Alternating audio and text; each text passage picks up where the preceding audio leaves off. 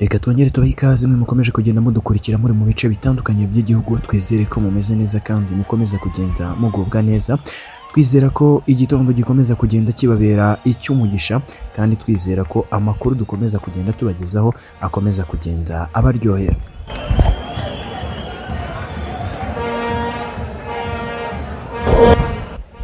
Kuri uyu munsi turaza kugaruka ku ikipe ya Rayon Sport Football Club ikomeje kugenda ibabaza abakunzi bayo, ariko se nyuma y'uko ikipe ya Rayon Sport ikomeje kugenda ibabaza abakunzi bayo nyuma yo gukinira amanota 6 kugeza kuri ubu ngubu, ikaba ifite amanota 2, harakurikiraho iki? Niye mpamvu Paul Muvunyi wahoze ari perezida w'ikipe ya Rayon Sport nyuma y'imyaka igera kuri 5 kugeza kuri ubu ngubu areba match za APR ariko ntaribe match za Rayon Sport.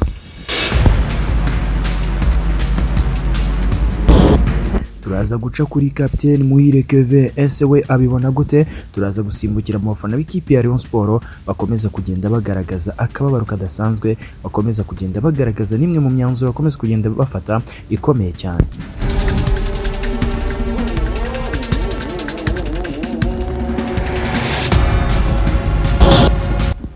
Ya icyo usabwa urakizi no gukora subscribe ubundi ugakora no kunzogera kugira ngo tujye twibanira 5 kuri 5. Ariko kandi ushaka kuba natwe muri group yacu ya WhatsApp watwandikira kuri 0788466591. Ushaka no kutwandikira uciye muri comment tugakomeza kugenda twisomera comment yawe rwose, dukomeza kugenda tuganira nawe.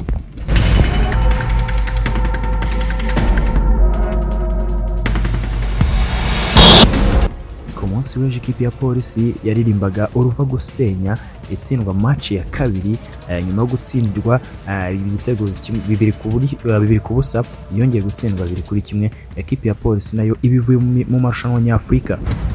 Ni mu gikipe ya PRFC yakomeza kugenda yegera imbere kabisa, ikomeza kujya gukina n'ikipe ubwo byumvikana ikipe ya PRFC nyuma guseza ikipe ya Azam izahura n'ikipe ya Pyramid. Ibi byatumye ikirarane yari ifite n'ikipe ya Rayon Sport akomeza kugenda bagisubika. Gusa ayo ntago ariyo makuru turi bukomeze kugenda tugarukaho, kubera ko turakomeza kugenda tugaruka ku ikipe ya Rayon Sport, niyo dukomeza kugenda twitsaho tureba iby'iyi kipe cyangwa tureba iby'isaro ry'Inyanza.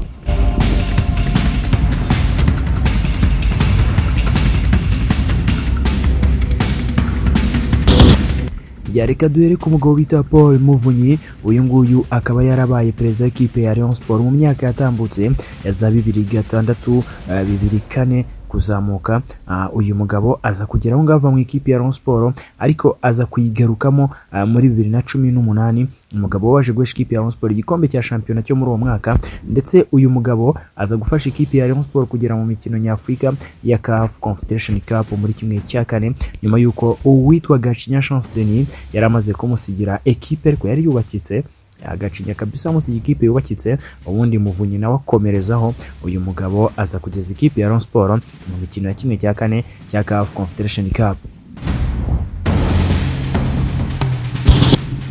Numwe mu bagabo bivugwa ko cyase numwe mu bagabo bakomeje kugenda bahagarikwa muri iyi kipe ya Rayon Sport, ndetse amakuru akomeza kugenda tugeraho nuko aba bagabo yabo uyu nguyu yaba Gacinya Chance Denis n'abandi bagiye batandukanye kugeza kuri ubu ngubu ikipe ya Rayon Sport batemerewe no kuyiba hafi.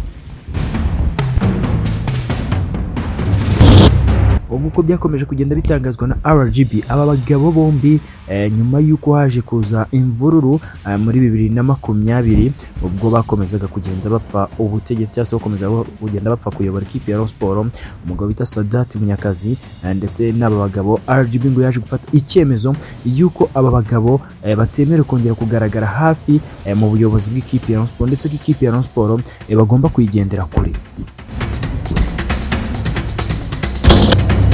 Uretse rero ibyo byakomeje kugenda bitangazwa na RGB, ekipe ya Rayon Sport byaje kugaragara yuko aba bagabo bakomeje kugenda bayijya kure n'imikino yayo, aba bagabo ntibajya bayireba.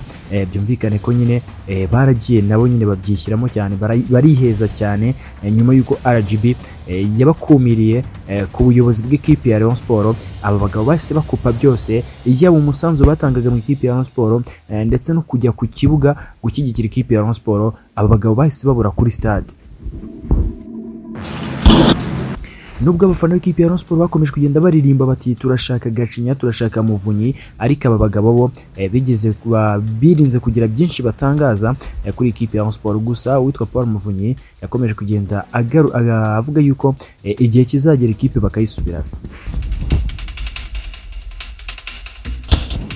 Ni mu gihe kandi uretse uyu Paul Muvunyi undi witwa Prosper, uyu ni umugabo bita Prosper nyanga benshi baramuzi, wari vice president wa Paul Muvunyi. Uyu mugabo nawe yakomeje kugenda agaruka kuri byinshi, akomeza kugenda avuga ati RGB nimara kubona yuko iyi kipe ya Rayon Sport itagishoboye, cyangwa se nimara kubona yuko hari amakosa yakoze kuri ikipe ya Rayon Sport, izageraho iyadusubize. Ati kandi birigaragaza niyo ikipe imaze imyaka igera kuri 4 nta gikombe itwara. Icyo gikipe ya Rayon Sport imaze imyaka 4 nta gikombe itwara. Uwo mugabo kabisa akomeza kugenda avuga ati ekipe ya Rayon Sport ikwiye gusubirana nawe, ikwiye gusubizwa beneyo. Ati RGB ikwiye kubitekerezaho ikareba higanisha ikipe ya Rayon Sport, niba ariho heza yabona atariho heza ikaba yayisubiza beneyo. uwo akaba ari umugabo bita Prosper Muhirwa wakomeje kugenda abigarukaho. Aba bagabo rero ubwo twari dukomeje kuri uyu mugabo bita Paul Muvunyi ukomeza kugenda agaragara kuri matches z'ikipe ya APRFC, matches zikomeye, ariko kandi amakuru akavuga ko uyu mugabo aba yahawe invitation. Abantu bakibaza se kuri matches z'ikipe ya Rayon Sport ubwo ntago yahabwa invitation. N'abagabo bakomeje kugenda bagaragara ku mikino igiye itandukanye y'ikipe ya APRFC, aho bivugwa ko aba bagabo nyine bakomeza kugenda bahabwa invitation ngo baze kureba imikino y'ikipe ya APRFC, ariko abantu bakibaza impamvu ikipe ya Rayon Sport yo idashobora kubaha invitation ngo baze kureba imikino y'ikipe ya Rayon Sport. Yanga y'inguko rero umugabo bita Paul Muvunyi ku munsi wo kuwa gatandatu yakomeje kugenda agaragara kuri stade Amahoro yicanye n'abanyacyubahiro b'ikipe ya APRFC. Bigaragara ko rwose umugabo yari yatumiwe, kandi byagaragaraga ko uyu mugabo ku maso nyirango murabibona ku ifoto twashyizeho, ni umugabo agaragazaga rwose ko ku maso ubona ko yishimye, ubona ko nta kibazo umugabo afite. Akaba ari umwe mu bagabo rero kugeza kuri ubu abakunzi b'ikipe ya Rayon Sport bakomeza kugenda bagarukaho bavuga yuko bamukumbuye cyangwa se bakumbuye ubuyobozi bwe. Akaba ari abakunzi b'ikipe ya Rayon Sport bamwe, ariko ntabwo ari abakunzi b'ikipe ya Rayon Sport bose, kuko kugeza kuri ubu navuga ko mu ikipe ya Rayon Sport hari igice cyifuza aba bagabo, ariko hari n'igice kivuga kiti rwose ati Jean Fidel Uwayezu Bitadi ntacyo twe mu ikipe ya Rayon Sport.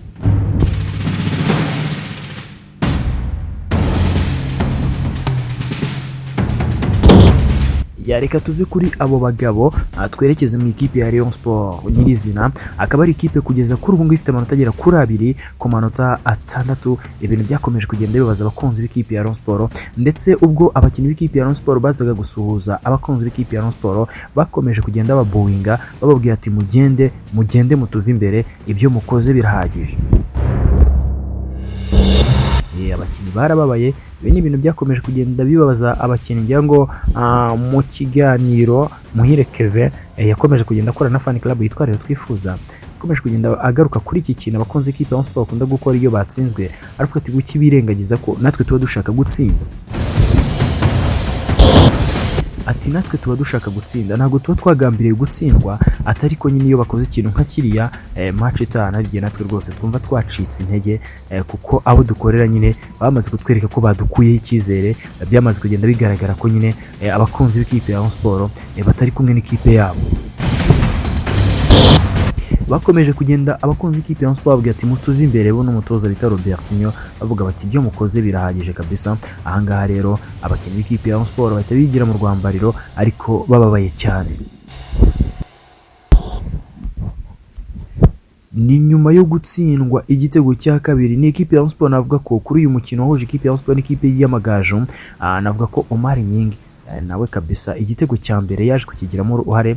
Navuga ko nubwo amakosa bashyira kuri Passion akaba ari umutoza, akaba ari umuzamu w'ikipe ya Rayon Sport, ariko uruhare runini igitego cyaje gutsindishwa n'uyu mugabo bita Omar Nyingi nyuma gufata baro ntayishake kuyirenza, noneho banayimwaka ntashake gukora ikosa, ahubwo agaherekeza umwataka, bikaza kurangira atsinze igitego cya kabiri. Navuga ko igitego cya mbere, igitego cya kabiri cyo navuga ko ari umutoza bita Robertinho wakitangiye kabisa. Nyuma ya remplacement akomeje kugenda akora, akuramo Serumo, akuramo Ombolenga, ashyiramo Serumo go ku mupira w'umuterekano. Bigaragara ko kandi ni umupira utari uri kure cyane yizamu, aho byagaragaraga ko uyu Ombolenga bitewe n'indeshyo ye yashobora kugira icyo afasha ikipe ya Rayon Sport, ariko nyine byaje kurangira ashyizemo Serumogo. Umupira baje kuwutera ku mutwe wa Serumogo, ngira ngo Iragire Saidi mwakomeje kugenda mukurikira igitego yakomeje kugenda atsinda, ni umupira yatsindiye ku mutwe wa Serumogo.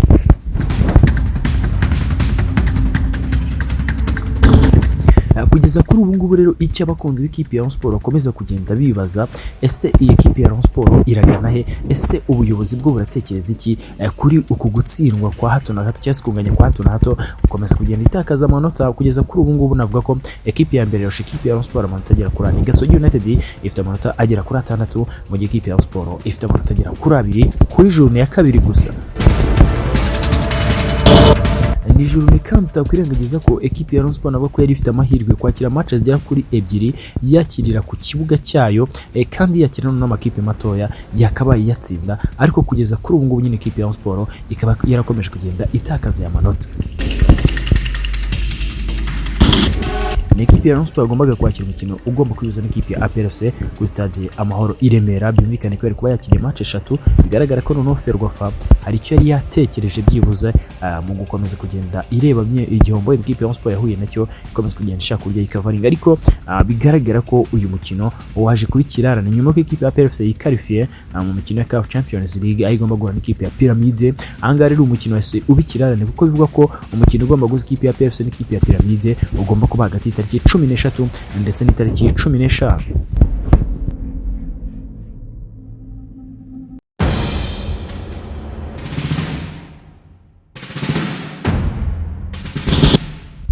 Kugeza kuri ubu icyo abakunzi b'ikipe ya Rayon Sport bakomeza kugenda bagarukaho nuko bo kubwabo bumva yuko muri ikipe ya Rayon Sport rwose ubuyobozi bagomba kwicara n'umutoza bakareba ibitagenda, ubundi bakaba babikosora kugira ngo byibuze bazajye gukina derby ekipe ya Rayon Sport byibuze hari uko ihagaze. Gusa navuga ko ugereranyije n'umukino ikipe ya Rayon Sport yari yakiniye kuri Marine ku magaju byari byahindutse, yakinaga neza nubwo nyine haje kuzamo amaereri bikaza gutuma ikipe ya Rayon Sport iza gutakaza uyu mukino. Ariko ikipe ya Rayon Sport kubirebana n'imikinire uko yakinnye umunsi wa mbere ntago ariko ikipe ya Rayon Sport yakinnye umunsi wa kabiri. Robertinho abivuga hiki,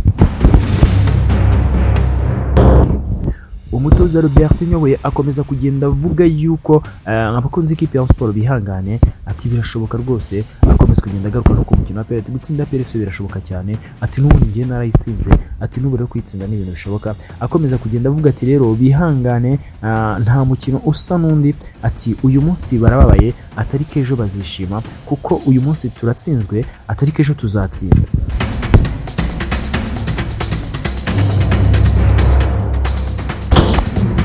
Akaba ari umubrazil bita Robertinho akomeza kugenda agaruka mu gutakaza umukino wahuje ikipe ya Rayon Sport n'ikipe ya Marine. Ahangaha rwose navuga ko abantu bakunze ikipe ya Rayon Sport batahanye agahinda, abantu bababaye cyane kabisa, cyane cyane ariko navuga ko amakosa manini yakozwe na Robertinho, cyangwa amakosa menshi yaje gukorwa na Robertinho mu birebana n'imisimburize. Andi makuru akomeza kugenda tugera nuko kuri journée ya gatatu bishobora guhinduka umubare w'abanyamahanga ukaba wagirwa 8 nkuko bikomeza kugenda bigarukwaho, nuko umubare w'abanyamahanga kuri journée ya gatatu bashobora kuzaza ari abanyamahanga bagera ku 8. Ese ibi ngibi bizafasha ikipe ya Rayon Sport?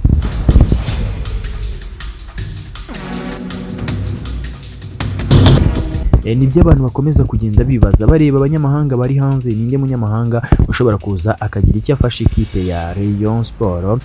Nibyo abantu benshi bakomeza kugenda bibaza, gusa navuga ko nyine ikipe ya Rayon Sport kugeza kuri ubu ngubu ikenewe n'impinduka, kuko kugeza kuri ubu kwitsindwa cyane niko abafana bakomeza kugenda bacika ku kibuga, kandi uko bacika ku kibuga niko mikoro y'ikipe ya Rayon Sport akomeza kugenda ajya hasi. Kandi n'ubusanzwe ni ikipe biri kuvuga ko ifitemo ikibazo cya mikoro make cyane rwose. Bigaragara ko rero ikipe ya Rayon Sport nibishaka kugira ngo ibe yareba ukuntu byibuze mikoro yayo azamuka, nuko ikipe ya Rayon Sport igomba gutsinda. Reka tubashimire, dukomeze kugenda twishimira kabisa, tubashimira uburyo mwakomeje kugenda mubana natwe, twizera ko no mu biganiro bindi biri imbere mukomeze kugenda mubana natwe. Imana ibarinde. Ciao ciao.